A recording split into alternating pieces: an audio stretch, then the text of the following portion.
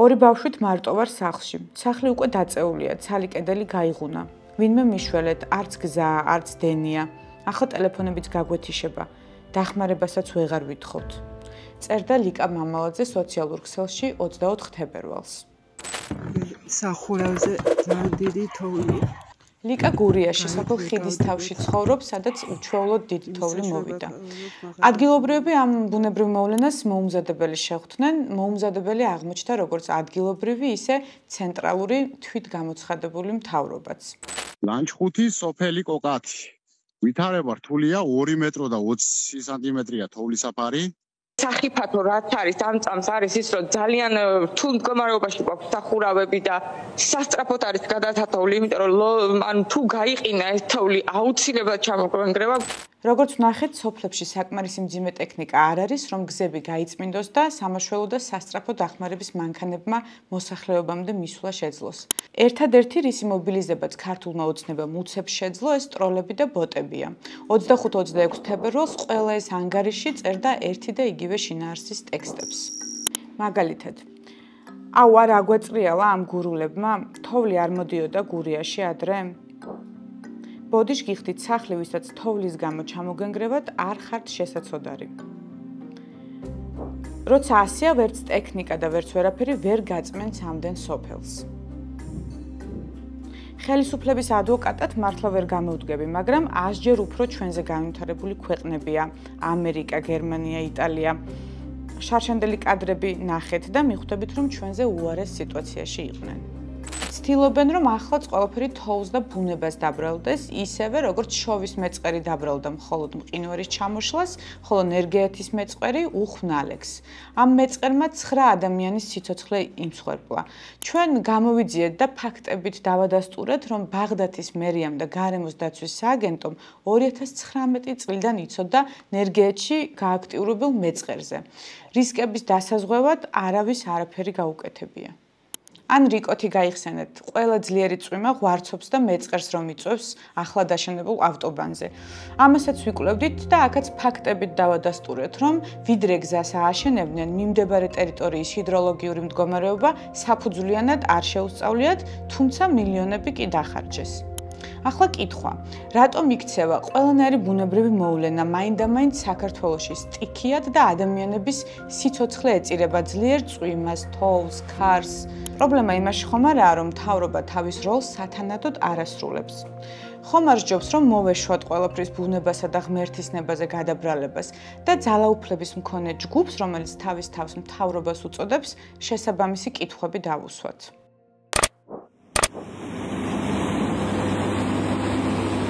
გრძელდება აქ ძიძგაწმენდის სამუშაოები, წუხა მთელი ღამის განმავლობაში მიმდინარეობდა იმ სოფლებში, სადაც შევძელით მუშაობა სამუშაოები, გაიწმინდა ყველაზე რთული მონაკვეთი, რომელიც იყო სოფელი კოკათი, სადაც მოხდა მოსახლეობასთან დაკავშირება, მიმდინარეობს მთელ მუნიციპალიტეტის მასშტაბით, სხვადასხვა მიმართულებით გზების წმენდა, მაგრამ არის ლოკაციები, რომლებიც არის შიდა გზები და არსებე არის ისეთი ლოკაციები, სადაც ფაქტიურად ჯერჯერობით ტექნიკა ვერ მიდის.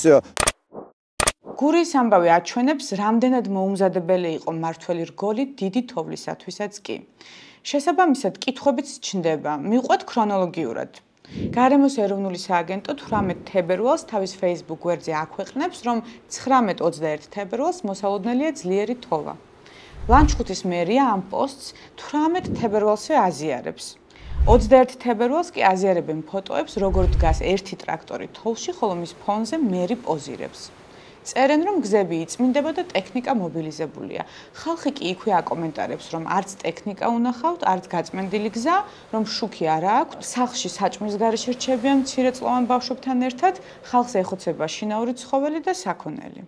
25 თებერვალს კი ვიგებთ, რომ გურიასა და აჭარაში დიდთოვლობით გამოწვეული პრობლემების გამო 3 ადამიანი დაიღუპა.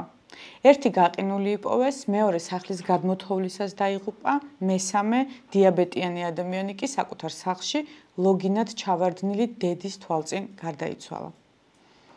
ამ ფონზე ქართული ოცნების პარლამენტის თავმჯდომარე ამბობს. სტიქია გრძელდება, სტიქია რა თოვლი არის. რას გულისხმობ? თოვლს? ასეთ ამინჩი ეს შეფიცებოდი ხოლმე. ტუნდრაში რომ მსახურობდი.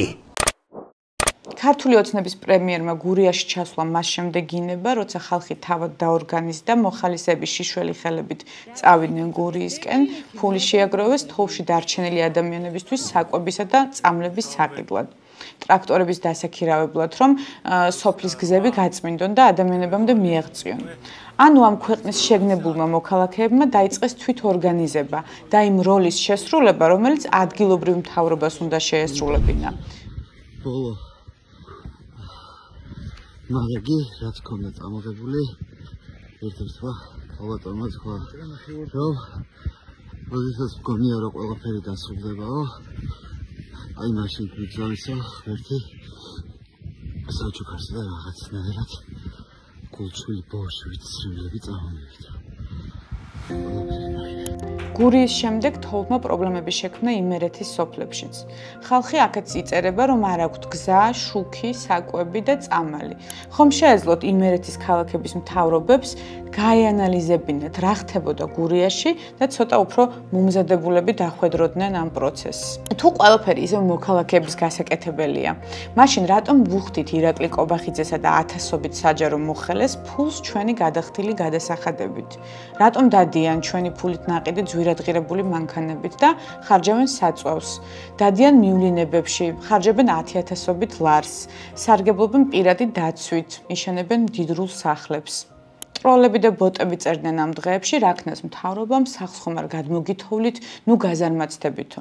ამას წერდნენ ლოგინად ჩავარდნილ მოხუცებზე, დაცლილ სოფლებში რომ ცხოვრობენ ამდენი წელი, სიღარიბეში და სოციალური შემწეობის იმედად.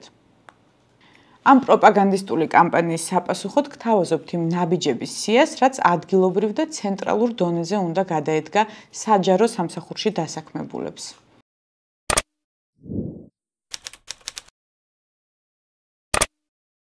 მაღალმთიანი სოფლების მქონე მუნიციპალიტეტები მუდმივად უნდა ზრუნავდნენ შესაბამისი მაღალეფექტიანი ტექნიკის შესაძენად.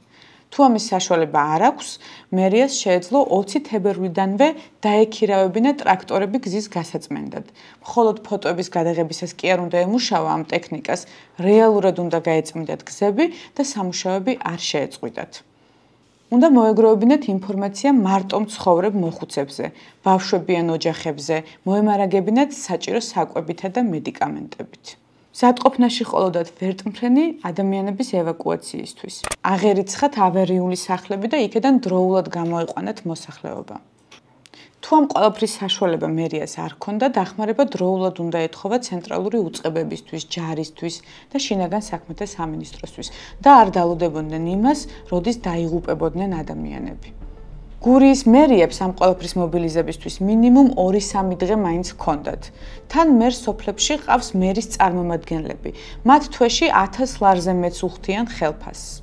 ამ ხალხს შეეძლო თავიანთ სოფლებში მაინც აღეწერათ დაზიანებული სახლები, მარტომყოფი მოხუცები და ასე შემდეგ. ყველაფერი ეს რომ შესაძლებელი იყო, ამას მოხალისეების შრომაც ადასტურებს. მათ სწრაფადვე მოაგროვეს თოვლში ჩარჩენილი ადამიანების შესახებ ინფორმაცია, გაამზადეს საიტი, სადაც ნებისმიერ შეუძლია სახლების კოორდინატების ნახვა, იქირავეს ტრაქტორები, მაღალი გამოვლობის მანქანები და დრონები, რომლითაც ტვირთის გადატანაც კია შესაძლებელი. ამის გაკეთება ქართულ ოცნებას არ შეეძლო?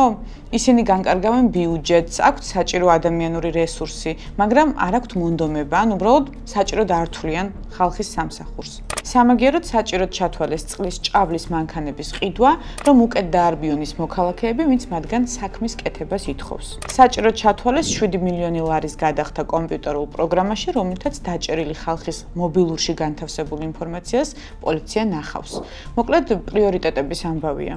და თქვენი პრიორიტეტი რა არის? საკუთარი გადახდილი გადასახადებით გაამდიდროთ ერთი ჯგუფი, რომელიც თავს ხალხის ბატონად მიიჩნევს, თუ იცხოვროთ იმ ქვეყანაში, რომელშიც ადამიანებს წვიმის და თოვლის აღარ შეეშინდებათ.